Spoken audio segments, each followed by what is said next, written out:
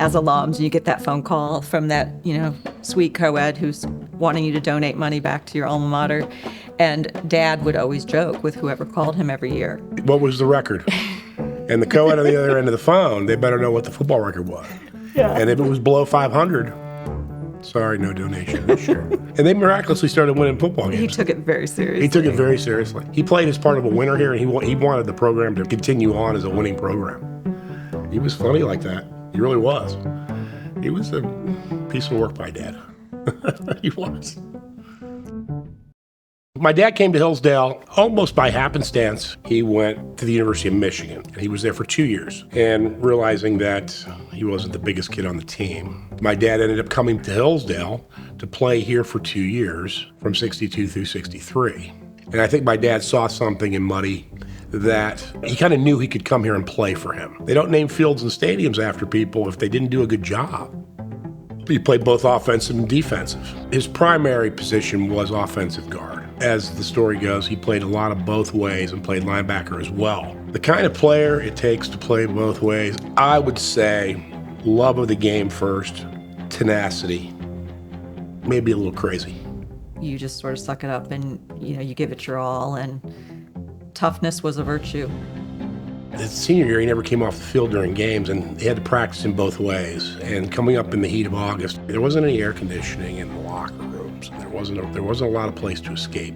During two-a-days, sometimes they would even shower between practices, basically for no other reason than to drink the water.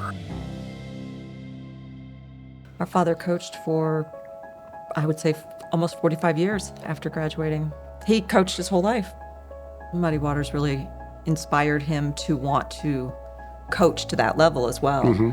As inspiring as he was to my father then reiterated that and repeated that pattern with so many, generations of young athletes. And so many people have come up to us for saying, oh my gosh, your dad was our coach. And, he definitely left that impression on others as well.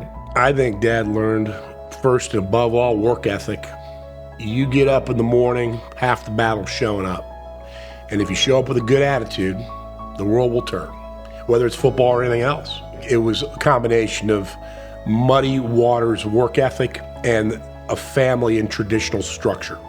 If you could get your players to buy into a family concept, that we were all here together for one common goal, I think that that's what he took away from Hillsdale College. It wasn't just football. I think it was the whole tradition of Hillsdale College that really kind of made him who he was. It's really remarkable because he was not here for a long time, but it left such a lasting mark.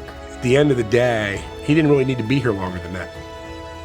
He looked back on it as one of the best times of his life, and I think he'd be very proud of this. This Hall of Fame induction would have thrilled him. And I'm sure it does. I'm sure he's going to experience it in his own way, right? But this was something that would have just been a life's dream for him.